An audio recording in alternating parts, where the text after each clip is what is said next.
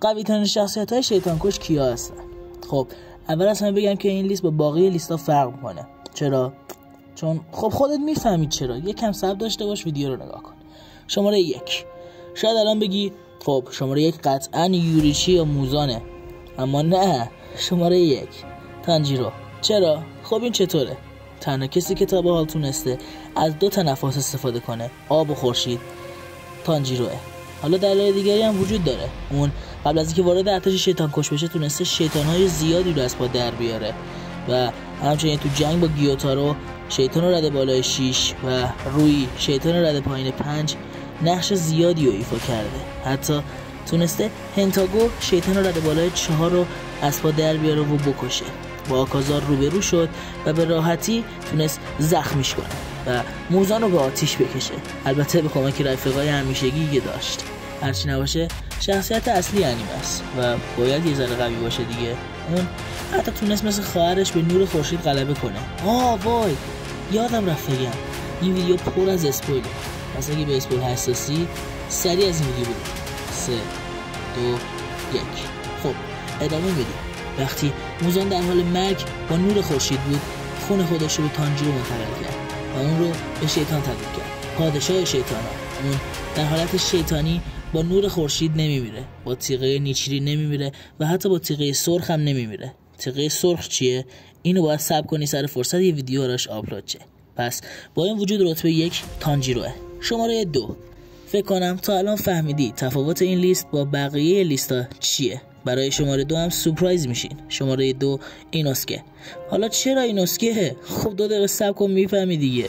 اینوسکه از وقتی وارد انیمه شد شخصیت بامزه و عجیبی داشت که خیلی به دل میشینه. حالا چرا اینقدر قویه؟ 1. خودش تنفس خودشو ساخته. آره درست شنیدید، تنفس وحشی، تنفس حیوان، تنفس ابتکاری اینوسکه است. اون سرعت و قدرت فوق‌العاده‌ای تو حرکتاش داره و اونو به ما خیلی زیاد ثابت کرده. اون توانایی جابجایی اعضای بدنشو داره که باعث شد جلوی گیوتارو زنده بمونه. اون انعطاف پذیری زیادی داره، میتونه از کوچکترین سوراخ‌ها رد بشه و حتی برعکس خم بشه که واقعا چیز عجیبیه. روحیه رقابتی که داره یکی دیگه از برگی برنده‌های اینوسکه است. اون توی جنگ با خانواده عنکبوتی نقش مهمی ایفا کرد، با وجود اینکه از تانجیرو کله خورده بود و قفسه سینه‌اش شکسته بود ولی بازم تونست بجنگه.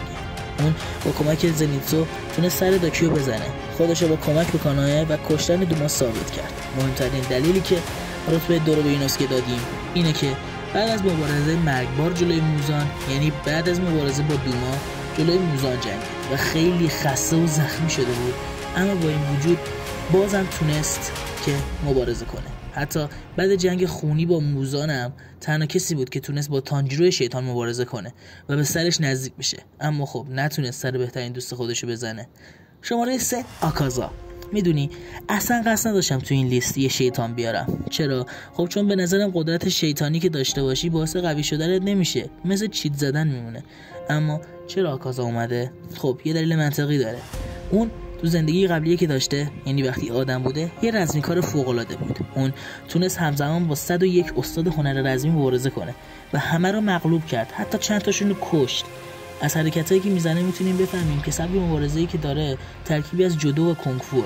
اون برای خوی رزمیکاری که داره میتونه حرکات ردیفش رو پیش بینی کنه، ولی خب از حق نگذریم شیطان بودنش هم با قدرتش کمک میکنه. منظورم اینه که کی جرأت داره جلوی ضربات شمشیر رنگوکو با ساق دست وایسه؟ حتی تونست رنگوکو رو با فشار خیلی خیلی زیاد بکشه که به نظرم نامردی محض بود، ولی خب تونست. اون با 2 تا هاشیرا همزمان سرشاخ شد و آخرام به خاطر خاطرات گذشته و حرفای تاثیرگذار تانجیرو مرد، نه به خاطر قدرت اونا.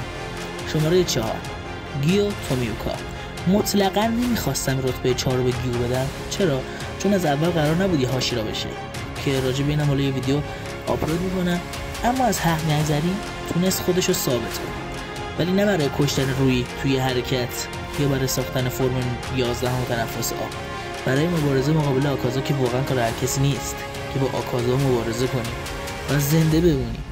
بعدم که توی جنگ با موزان شرکت کرد و بعد از جراحاتی که برداشته بود رفت سراغ تانجیرو و با اونم سرشاخ شد. با اینکه کاری از دستش بر نیامد، ولی خب اینکه یکی از 2 هاشیرای زنده مونده باشی خیلی خوبه دیگه. لیاقت رتبه 4 رو میگیری. شماره 5 سانمی شینزوگاوا. وقتی شماره 4 رو بدی به کسی که تونسته زنده بمونه، خب رتبه 5 100% میرسه به هاشیرای باقی مونده دیگه، یعنی کلا 2 تا هاشیرا زنده موندن، گیو و سانمی. پس شماره 5 میرسه به سانمی. از این بگذریم، اون تونست به کمک بقیه به کوکوشیبو نزدیک بشه و آسیب جدی به اون وارد کنه. به رده بالای 1 کم کسی نیستا. اون قبل از اینکه هاشیرا بشه یا حتی عضو سپاه شیطان کش بشه، تونست ها شیطان بشه، تونست شیطان بکشه که واقعا کار شاخی. هرچی اومدیم جلوتر دلیلا کمتر شد، ولی خب کسی قوی تری پیدا نکردم. شما اگه کسی قوی تری از این 5 تا با دلیل منطقی دارین تو کامنت حتما بیاین بگین که پارت دومو بسازیم. میدونی واقعا خسته شده بودم از این لیستایی که با موزان و یوریچی شروع می‌شد و با مویشی رو هم تمومش می‌کردن. به نظرم اینطوری منطقی تره. اگه خوشتون اومد لایک و سابسکرایب یادت نره و نظرتو واسم